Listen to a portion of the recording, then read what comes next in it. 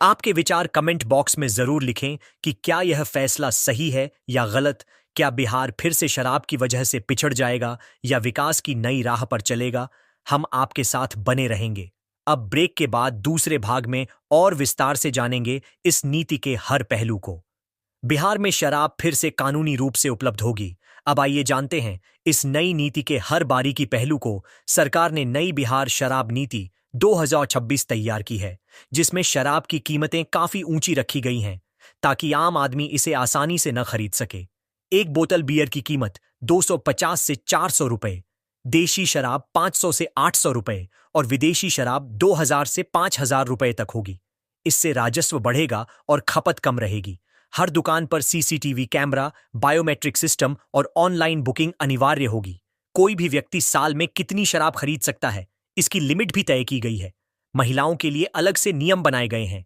कोई भी पुरुष घर पर शराब नहीं ले जा सकेगा अगर उसकी पत्नी या परिवार की महिला सदस्य लिखित शिकायत करती है। साथ ही घरेलू हिंसा के मामलों में शराब को मुख्य कारण मानकर सजा दोगुनी कर दी जाएगी।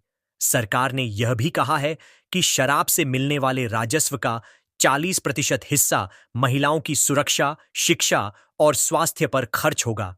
30% शिक्षा और बाकी विकास कार्यों में लगाया जाएगा। इस नीति से बिहार में नए रोजगार पैदा होंगे। हजारों युवाओं को दुकानों, गोदामों, परिवहन और संबंधित इंडस्ट्री में नौकरी मिलेगी। होटल और टूरिज्म सेक्टर में भी तेजी आएगी, क्योंकि अब पर्यटक बिना किसी चिंता के बिहार घूम सकेंगे। लेकिन इस फैसले के विरोध में कई संगठन सड़कों पर उतर आए हैं। पटना में आज ही महिला संगठनों ने प्रदर्शन किया और कहा कि शराब बंदी हटने से फिर घरों में अशांति आएगी।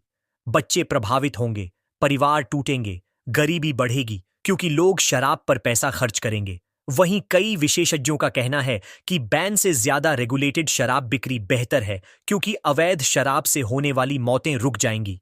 जहरीली शराब का धंधा खत्म होगा। पुलिस पर भ्रष्टाचार का आरोप कम होगा। अब सवाल यह है कि क्या सरकार इसे सफल बना पाएगी, क्योंकि पड़ोसी राज्य जैसे उत्तर प्रदेश, झारखंड और पश्चिम बंगाल में पहले से सस्ती शराब उपलब्ध है।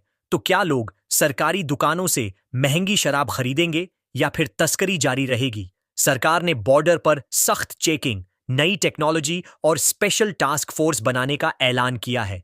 साथ ही स्कूल कॉलेज के पास कोई दुकान नहीं होगी। धार्मिक स्थलों के आसपास 5 किलोमीटर तक शराब प्रतिबंधित रहेगी। यह नीति पूरी तरह से वैज्ञानिक और डेटा आधारित बताई जा रही है। पिछले सर्वे में पाया गया कि शराब बंदी से घरेलू हिंसा में कमी आई, लेकिन अवैध धंधे से नुकसान ज्यादा हुआ। अब सरकार ने बैलेंस बनाने की कोशिश की है। 10 जनवरी 2026 को पहली दुकान खुलते ही पटना में बड़ी भीड़ जमा होने की संभावना है। प्रशासन ने सुरक्षा के पुख्ता इंतजाम किए हैं। कई नेता इस फैसले को ऐतिहासिक बता रहे हैं, तो कई इसे राजनीतिक मजबूरी। कुल मिलाकर बिहार एक नई शुरुआत करने जा रहा है।